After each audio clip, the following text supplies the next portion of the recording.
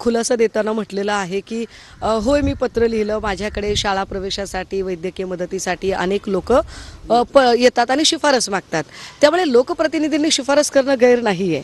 परंतु मला वाटतं शिफारस करण्याचे सुद्धा प्रकार असतात.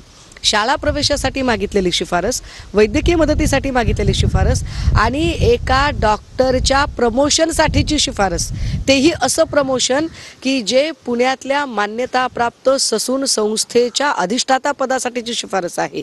अशी शिफारस करताना किमान आपण ज्याची शिफारस करतोय त्याचं रेकॉर्ड तर चेक केलं पाहिजे की अरे हा माणूस किडनी रॅकेटमधला आरोपी आहे का, हा माणूस ललित पाटील प्रकरणामध्ये कॉन्ट्रोव्हर्शियल याचं नाव आलेलं आहे का, हे तुम्ही कसं काय अजिबात चेक न करता तुम्ही त्याचं नाव पुढे घेऊन जाता.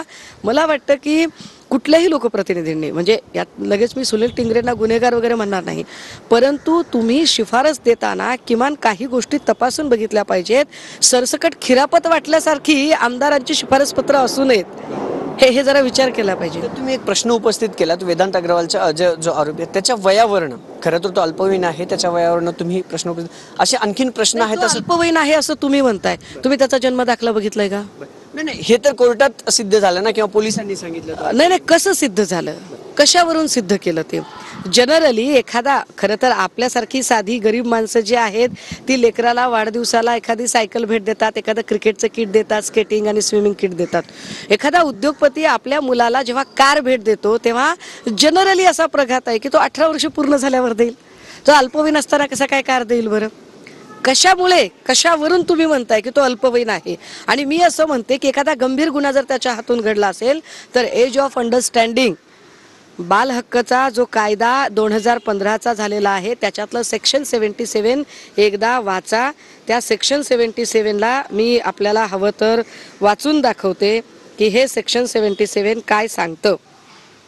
या सेक्शन 70 मध्ये 2015 रोजी राष्ट्रपतींची संमती आणि 15 जानेवारी 2016 रोजी बाल न्याय, मुलांची काळजी आणि संरक्षण कायदा 2015 झालेला आहे, ज्याच्यामध्ये त्यांनी ज्युव्हेनियल जस्टिस ॲक्ट सेक्शन 77 मध्ये हा संदर्भ स्पष्टपणे सांगितलेला आहे की अशा गंभीर गुन्ह्यामध्ये जर नाव एखाद्या मुलाचं येत असेल तर त्याचं एज ऑफ अंडरस्टँडिंग, आणि एज ऑफ अंडरस्टँडिंग 17 असावं.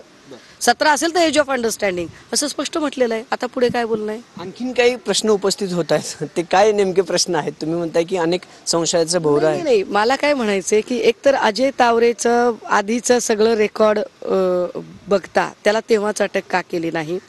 आम्ही जेव्हा कधी प्रश्न विचारतो सत्ताधाऱ्यांना, सत्ताधारी आम्हाला उत्तरं देण्याच्या ऐवजी आमच्यावर आबरू नुकसानीच्या केसेस टाकण्याची भाषा करतात.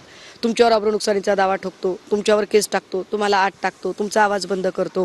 म्हणजे ललित पाटील प्रकरणामध्ये ज्यावेळेला मी बोलत होते तेव्हा दादा भुसे आणि शंभूराज देसाई हेच बोलत होते